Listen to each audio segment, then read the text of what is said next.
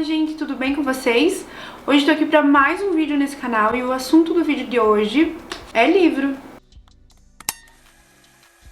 Hoje nós vamos falar do livro A Garota da Casa ao Lado, de Jack Ketchum. Dentre os livros que eu já trouxe pro canal, eu acho que esse tem a história mais pesada. No início eu adianto que não é um livro pra todo mundo ler, é um livro muito pesado, é um livro que eu acho que vai agradar os amantes de True Crime. Quem acompanha o canal sabe do meu interesse por True Crime e eu também tenho muito interesse na parte de investigação criminal. A Garota da Casa ao Lado foi baseado em um crime que aconteceu nos Estados Unidos nos anos 60. O caso Sylvia Likens, que quem pesquisa sobre True Crime provavelmente já ouviu falar desse caso. É um caso que se assemelha muito ao caso da Junko Furuta, que no meu ponto de vista é o pior caso de crime que eu já li na vida de Junko Furuta. A leitura de A Garota da Casa ao Lado foi dolorosa. Eu confesso pra vocês que em muitos momentos eu parei pra respirar e digerir a informação que eu estava recebendo do autor. É uma obra absurdamente bem escrita, tem uma narrativa dramática, sombria, o que causou em mim um sentimento de envolvimento com o livro. Eu não consegui parar de ler, eu li em 2 tardes, umas 10 horas, vamos colocar então. O livro tem um realismo que às vezes é incômodo, muitas vezes me causou náusea ao longo das páginas. Nesse livro aqui não tem fantasmas, não tem monstro, não tem nenhum tipo de visão sobrenatural do mundo. É um livro composto por pessoas reais, por uma vizinhança comum.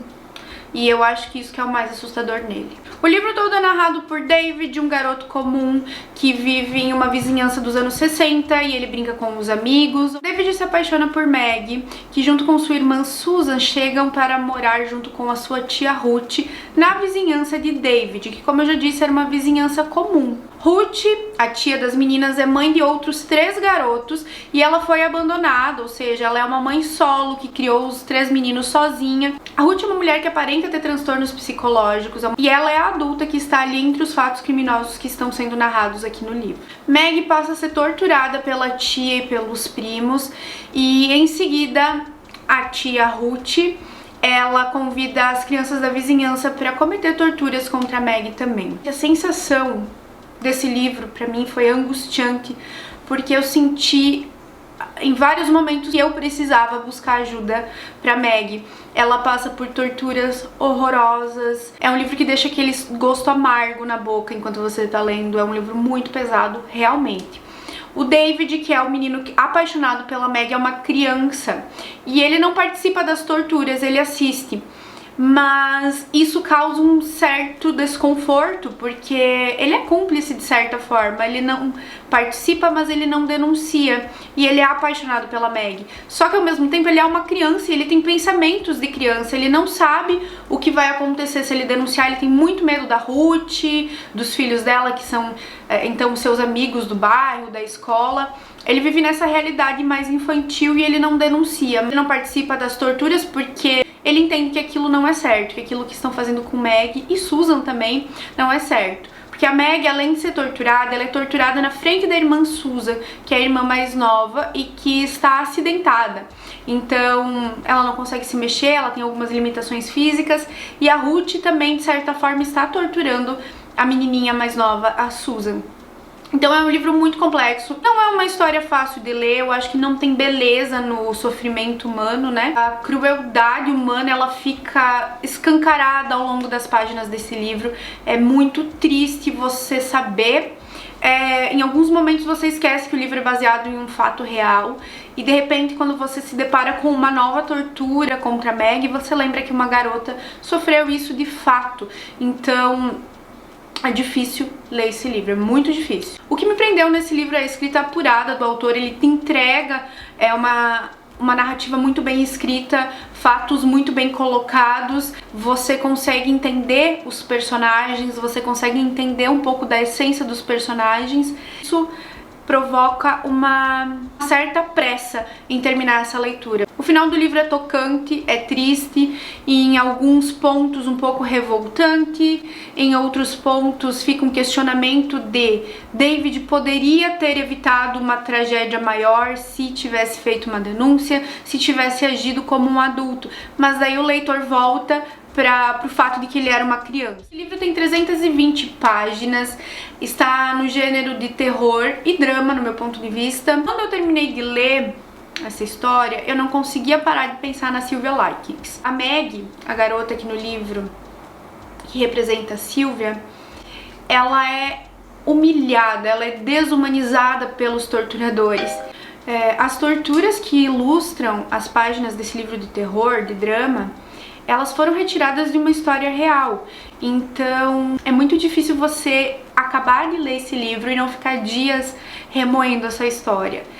Eu gosto de histórias assim, que me fazem pensar, que me tiram da minha zona de conforto, mas ao mesmo tempo, quando eu sei que a história não é ficção, quando eu sei que é uma história real, eu fico realmente muito tocada, eu fico realmente muito mexida por dias. A maldade desempenhada nesse livro aqui, ela não consiste em matar, como acontece nos livros de serial killer, por exemplo. Consiste em humilhar, em tirar do ser humano tudo que ele tem, até o seu último pingo de dignidade, entende? Eles entendiam que as dores que eles estavam provocando em Meg eram dores não só no corpo, mas na alma. No fim da história, quando a nossa heroína, a Meg, ou a nossa vítima do livro todo, não tem mais nada, só tem um pinguinho de vida, a morte parece não ser tão agressiva a ela.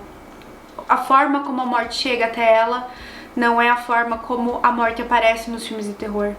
Ela sofreu tanto ao longo das páginas que no momento em que ela morre, parece um momento de menos sofrimento da Meg nesse livro.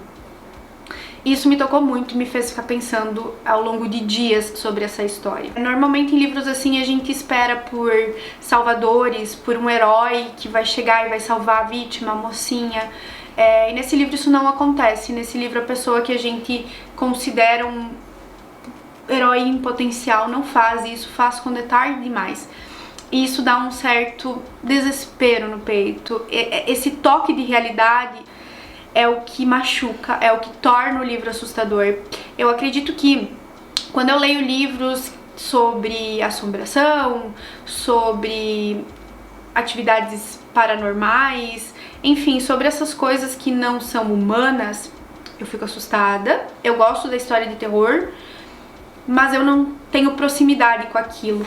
E esse livro traz personagens cujos quais é impossível você não se sentir próxima. São personagens reais, são pessoas de uma vizinhança que aparentemente são comuns, são crianças.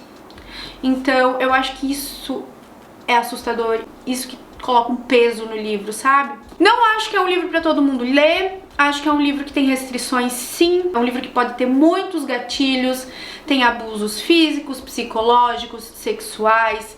É um livro que traz muita tortura, muita dor, muito sofrimento, então não recomendo esse livro para todo mundo. A partir do momento que você pegar esse livro para ler, entenda que ele pode estar cheio de gatilhos. A história é sobre um caso real e ela se torna perturbadora no final. Isso é uma leitura que me incomodou, que me tirou totalmente da minha zona de conforto, então eu li rápido.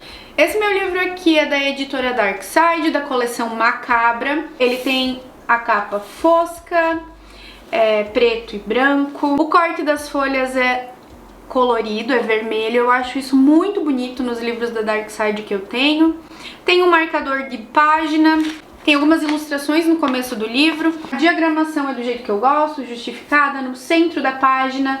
As páginas são amareladinhas e a lombada do livro segue a mesma ideia da capa, o título está numa letra cursiva, tem o nome do autor e o símbolo da coleção Macabra e o nome da Darkside.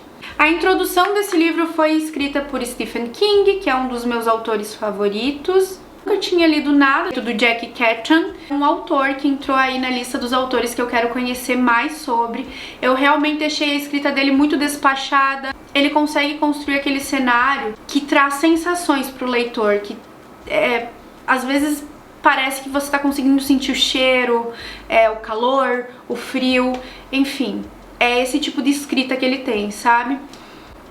Bem tocante. Esse foi o vídeo de hoje. Quero trazer o caso da Sylvia Likens aqui pro canal futuramente, já que eu trouxe o livro, né, baseado no caso dela. E é isso. Se você já leu esse livro ou já leu alguma coisa desse autor, Jack Ketchum, deixa aqui nos comentários que eu vou adorar saber. Deixa um like. Se você está interessado em ler esse livro e quer mais alguma dica, mais alguma informação, pode me chamar que eu vou responder. E é isso. Um beijo. Tchau.